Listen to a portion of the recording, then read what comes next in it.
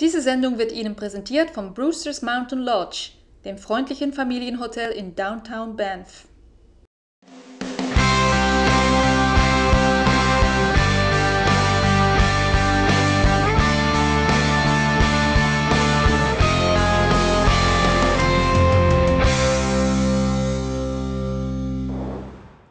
Hallo und herzlich willkommen zu einer neuen Sendung von Ahorn TV. Wir steigen gleich mal ganz oben ein, nämlich am Harbor Center, einer Ikone in der Skyline von unserer Stadt. Und da haben wir den Thorsten Abel besucht, der nämlich der Manager von der Plattform ist, ganz oben am Harbor Center unter dem Restaurant.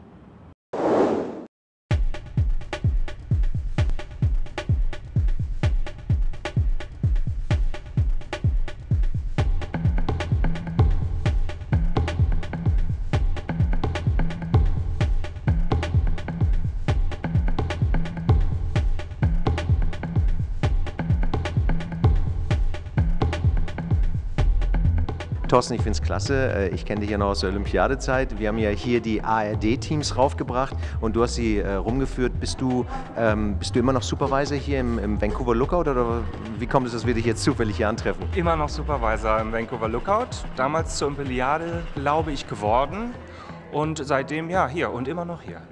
Ja, ich meine, ernsthaft jetzt, weil sehr viele Leute sind ja abgewandert damals nach der Olympiade, entweder zurück nach Deutschland oder, also wenn sie jetzt hier tätig waren in touristischen Institutionen, oder sie sind weiter abgewandert zu anderen Olympiade-Events.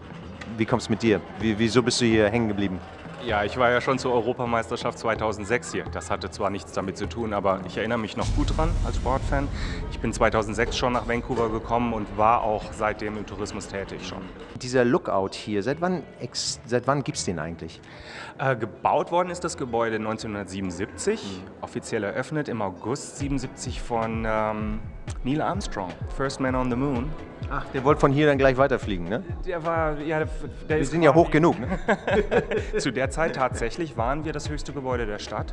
Sind wir mittlerweile nicht mehr ganz, aber ich finde, die Aussicht ist immer noch ziemlich unschlagbar. Wie ist eigentlich die Population bzw. die demografische Aufteilung betreff jetzt Deutschen, Österreichern, Schweizern und noch anderen Ländern? Ich schätze mal sehr viele Asiaten hier. Hat sich in den letzten Jahren kontinuierlich gewandelt. Ich erinnere mich, 2006 habe ich vielleicht während der ganzen Saison so etwa 50 Deutsche getroffen. Mittlerweile sind die Deutschen die zweitgrößte Gruppe nach den Amerikanern. Und dann kommen wir in der Tat schon zu China, Japan, Thailand. Erstaunlich viele Leute aus Thailand. Also eine große im Ganzen viele Asiaten. Aber an zweiter Stelle tatsächlich Deutschland vor den USA. Ja, das ist irre. Ziehst dich denn selber auch wieder nach Deutschland zurück oder wieder mal? Machst du da Urlaub oder machst du eher deinen Urlaub dann in die andere Richtung, über den Pazifik? Ich halbiere es. Also wenn es mich nach Deutschland zieht, dann natürlich aufgrund meiner Freunde und meiner Verwandtschaft. Oder aber ich bringe kanadische Freunde mit und erlebe Deutschland als Tourist. Und die andere Hälfte des Urlaubs natürlich das, was man als Deutscher eben nicht so gut konnte.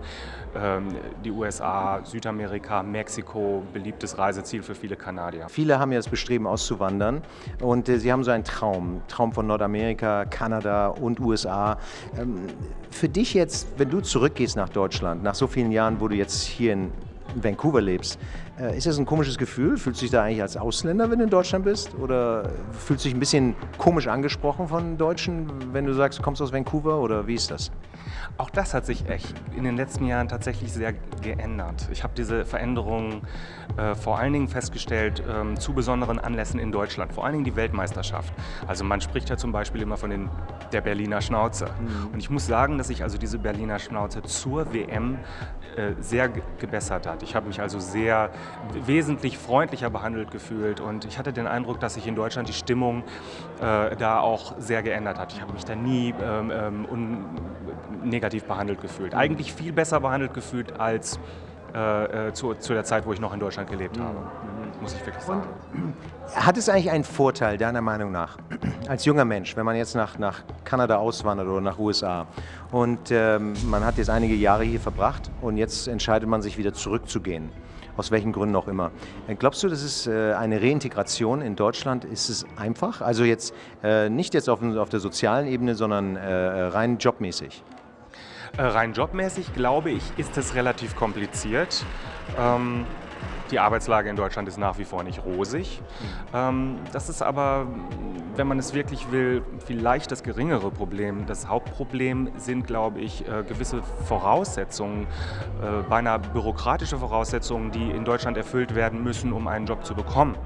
Also da wird als erstes, wenn man seinen Lebenslauf einschickt, darauf geschaut, ob es einen speziellen Abschluss, ein spezielles Studium gibt. Das ist in Nordamerika weniger der Fall. Natürlich für Berufe wie Medizin oder Rechtsanwälte ist es das Gleiche. Aber viele Berufe, die in Deutschland unter gewissen Kriterien nur mit einem bestimmten Abschluss. Genau. Ich verliere mein Deutsch übrigens gerade. Ja, das ist natürlich auch so ein Faktor. Tust du denn etwas, um deine deutsche Sprache aufrechtzuerhalten? Weil du ja auch deutsche Gruppen hier durchführst. Ich telefoniere viel mit meinen Leuten zu Hause. Dann gibt es so diverse Clubs mit Deutschen, die sich hier treffen, wo man teilnehmen kann oder könnte. Aber das Telefonieren mit den Eltern bringt schon am meisten. Ja, also ich spreche selber auch wahrscheinlich 60% Deutsch als Englisch. Aber trotzdem ist mein Deutsch noch nicht besser geworden. Was sind denn deine Zukunftspläne? Also mir gefällt es in Vancouver sehr, sehr gut. Mir gefällt es in Kanada sehr, sehr gut. Ja, aber das ist doch die teuerste Stadt der Welt, sagt man doch. Sogar noch teurer als London. Ja, Real Estate. Ja, aber auch, Schon ein Haus gekauft? Nee, ich arbeite dran. Nein, sicherlich ist es teuer hier, obwohl manche Sachen sind noch billiger als in Deutschland. Aber es lässt sich sehr, sehr gut leben. Es ist vielleicht eine der teuersten Städte der Welt, aber wenn man auf diese Statistiken schaut, ist es auch eine der Städte mit der höchsten Lebensqualität. Und ich muss halt nicht viel Geld für einen Skiurlaub bezahlen, der ist da vorne. Und genauso mein Sommerurlaub, die Strände sind da drüben. Das heißt, man spart auch gewisse Sachen ein. Also ich könnte mir schon sehr, sehr gut vorstellen, in Vancouver oder in Kanada zu bleiben, insbesondere in der Branche, in der ich tätig bin. Tourismus. Andererseits ist das auch ein sehr, sehr spannendes Gebiet in Deutschland, muss ich sagen. Und ein Traum für die Zukunft wäre sicherlich, beides zu verbinden. Ja, eine Brücke zu schlagen zwischen Deutschland und Kanada. Ganz genau. Das wäre noch so eine Zukunftsvision, an der ich tapfer arbeite. Thorsten, dann viel Erfolg dabei. Toi, toi, toi. Wie sagen wir in Nordamerika, I cross my fingers. Und in Deutschland sagen wir toi, toi, toi, ich drücke einen Daumen, ne? Genau. Das sind diese unterschiedlichen Kulturen. Dankeschön. Danke, Thorsten.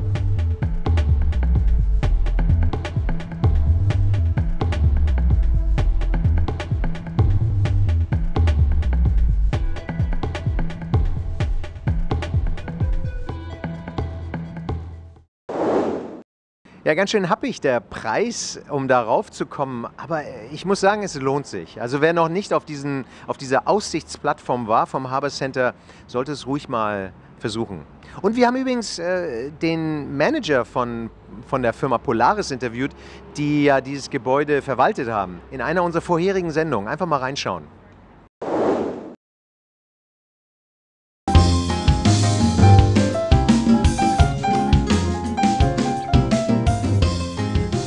In Mexico, we look for fairly traded products. We work directly with artisans and non-governmental organizations that empower marginalized groups. Every product is handcrafted. You can make a social responsible purchase and feel good about it.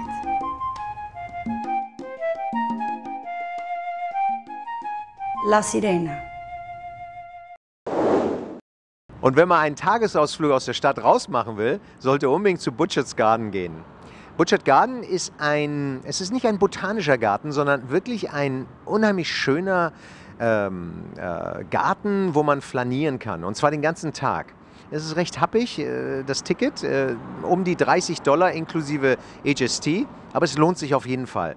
Vielleicht sollte man einen Paketpreis nehmen. Also wir haben das mit einer Wahltour gemacht, mit Prince of Wales, und da war der Preis für Butcher's Garden inbegriffen. Ja, das Ticket für die Wahltour war auch nicht gerade billig.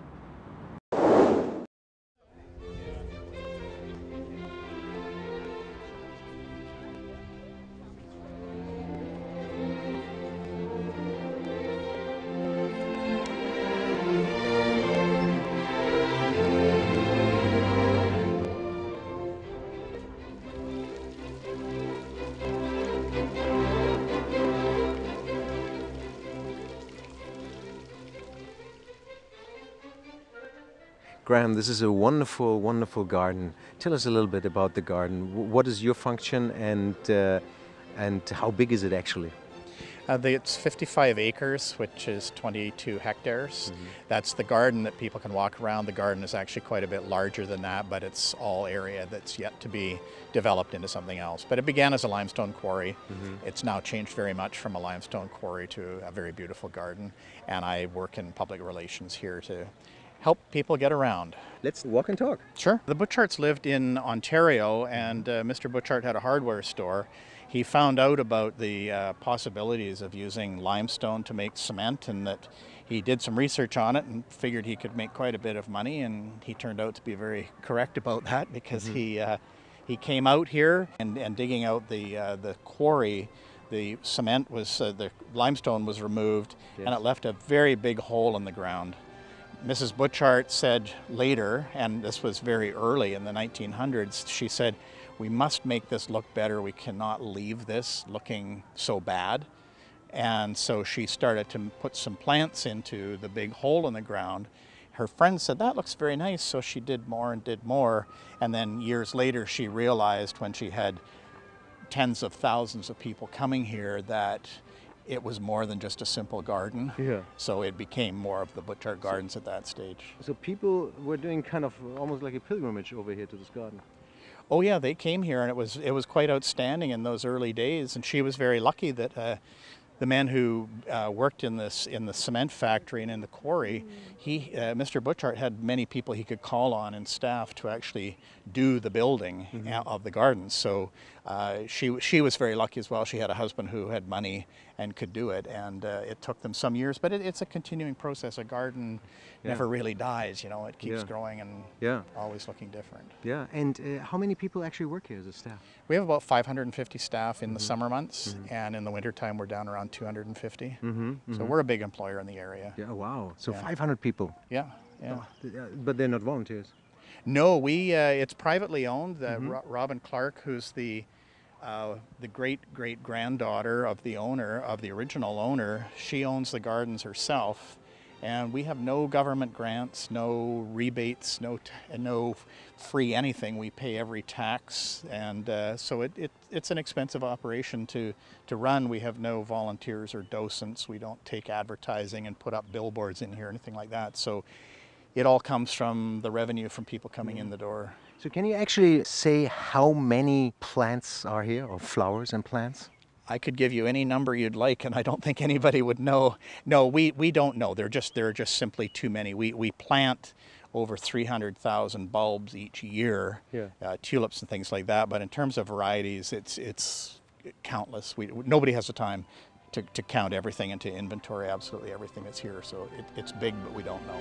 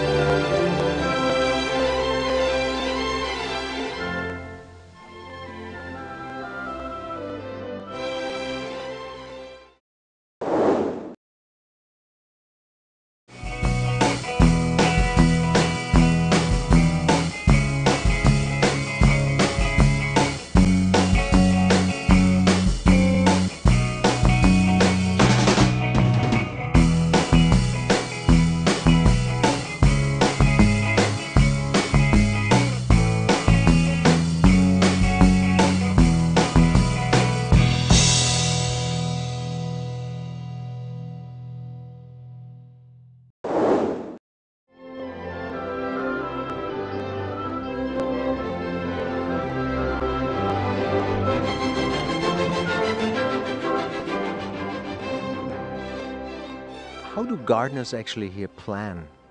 About a year in advance, the manager for each one of the major gardens, like the Sunken Garden, Italian Garden, Japanese Garden, they work with the gardeners who look after the particular flower beds, and what they do is they plan out what it's going to look like for spring, what it will look like for summer, because we have to order a lot of the plant seeds and bulbs and things like that. And then what happens is, in the springtime, at the peak of the bed, the head gardener and others come by, and it's almost like the Olympics with scoring. They say to the man or woman who planted the garden, what did you intend? Does this look like what you thought it would? What did you get everything out of it that you wanted? What changes can you make? And so they'll talk about the colors. Did it work? Did it not work?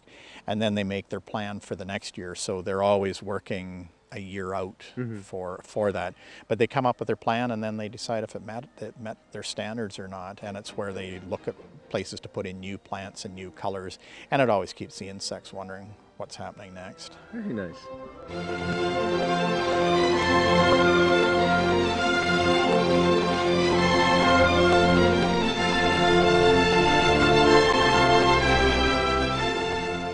What we have here is part of our pest management system where we don't use chemicals to go out and spray everything.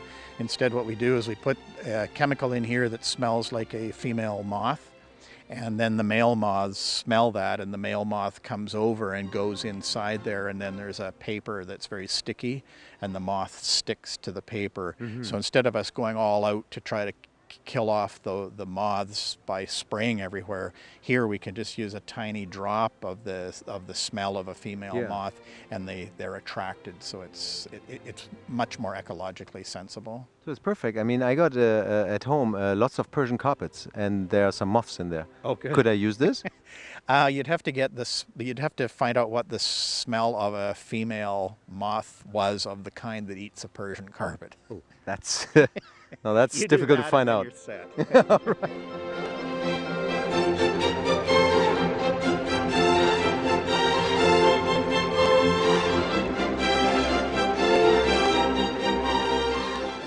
Every Saturday night during summer, there's 10 weekends that we do it on Saturday nights.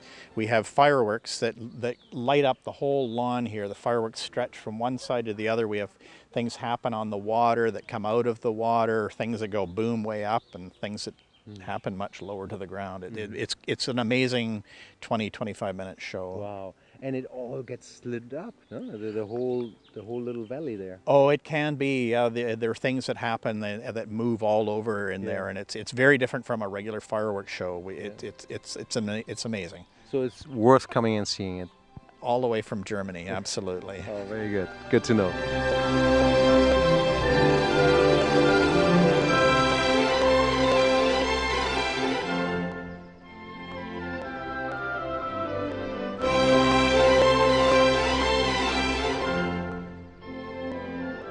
So what is this boar doing here, actually? The boar's hanging out here and getting its nose rubbed many, many times a day all year round because it's purported to bring people good luck. But the Butcharts, when they traveled the world, they would see things they really liked somewhere, and so they'd ask them to make them a copy and send it. So they saw this one in Florence and had this copy made and sent back here. So it now rests here with a very, very shiny nose and perhaps a lot of very lucky people. Yes, I remember, and this is really a worldwide tradition in Munich, in the Kaufinger Straße. They have also this kind of wild boar, and everyone rubs the nose. It's very strange, this nose rubbing. Yes, I don't know where the story ever came from, but it seems to be a good one from the polishing that's there. So do you have a message for our viewers in Germany and in British Columbia?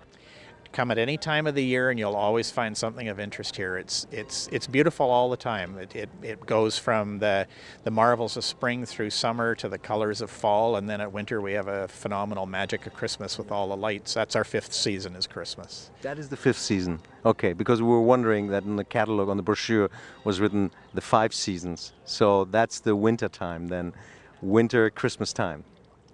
That's correct. Yep. Very, very good. Graham, I thank you very much, and we will definitely probably do a trip down here in wintertime then. Excellent. We'll look forward to seeing you then. Great. Thank you.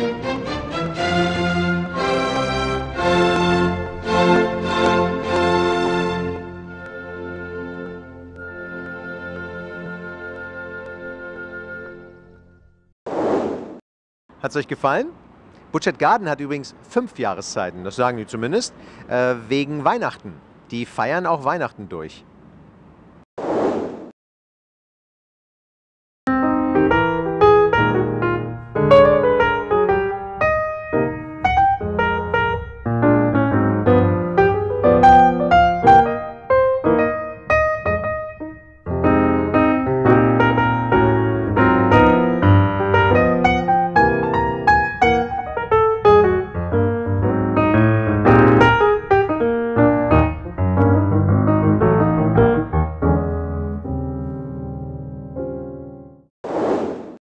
Und jetzt kommen wir wieder zurück zu meiner Heimatstadt Hamburg. Ja, wir haben Hamburg besucht und Berlin. Berlin werden wir in einer der späteren Sendungen auch mal wieder zeigen. Aber in Hamburg waren wir wieder in St. Pauli und da waren wir auf der Reeperbahn in der großen Freiheit. Und da haben wir die Olivia Jones mal besucht, ja. Also schaut mal rein, ganz nett.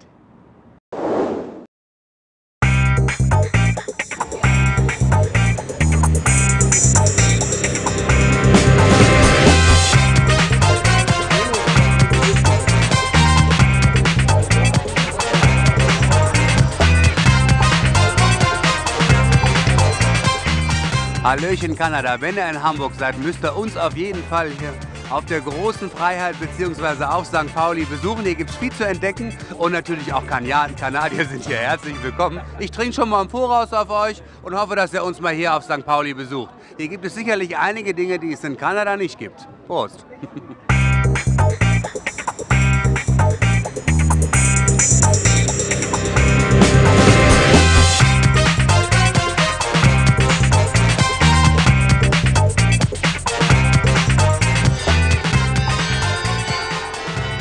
Hallo, ich bin die Nicole und die Chefin von der Olivia Jones Bar und wir sind hier in Hamburg mitten auf der Unterhaltungsmeile schlechthin, der Reeperbahn bzw. hier in der Großen Freiheit.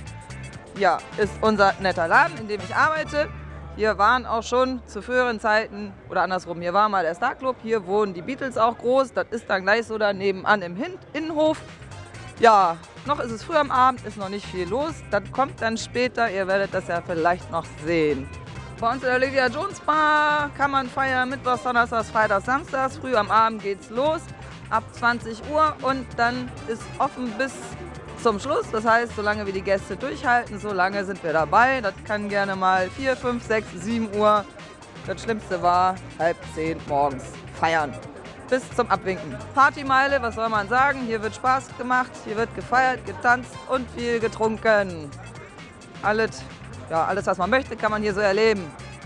Die Reeperbahn ist einzigartig in ganz Deutschland. Das ist das Rotlichtmilieu und die Partymeile. In keiner anderen deutschen Stadt gibt es das und europaweit gibt es eigentlich nur vergleichbar Amsterdam. Wir sind hier ja eine Hafenstadt, das heißt, früher haben hier die ganzen Schiffe angelegt. Die Seemänner durften da mal Spaß haben und sich mit den Frauen vergnügen. Deswegen gibt es hier viel, ja, wir nennen sie ganz liebevoll Huren, so wollen sie auch genannt werden, die hier an der Straße stehen oder aber auch in der Herbertstraße selber. Das ist, glaube ich, die größte Puffmeile, die es überhaupt gibt. Also bei uns ist es tatsächlich bewusst Hure genannt. Das ist von denen so gewünscht und gewollt. Es ist auch ein tatsächlich eingetragener Beruf. Das heißt, die Mädels sind alle krankenversichert und sind ganz ordentlich angestellt. Oder aber sie sind selbstständig und haben dann Gewerbeschein und machen ihr Gewerbe. Ja, Olivia Jones ist hier in Deutschland eine große bekannte Drag Queen. Ich würde sagen, die bekannteste überhaupt. Mit ihren über 2 Metern dann auch noch die größte und eine imposante Erscheinung. Ja, bekannt durch Film und Fernsehen, so würde ich es sagen. Mittlerweile macht sie auch Führung über die Reeperbahn, um einfach mal zu zeigen, was hier so los ist. Sie nennt sich ja selber auch die Bürgermeisterin von St. Pauli, da steht sie drauf. Und ja, wenn ihr mal nach Hamburg kommt, dann würde ich sagen, schaut bei uns mal rein. Bei uns gibt es Schlagerhits und gute Laune und wir feiern bis zum frühen Morgen. Und dann freuen wir uns auch auf euch. In dem Sinne, tschüss.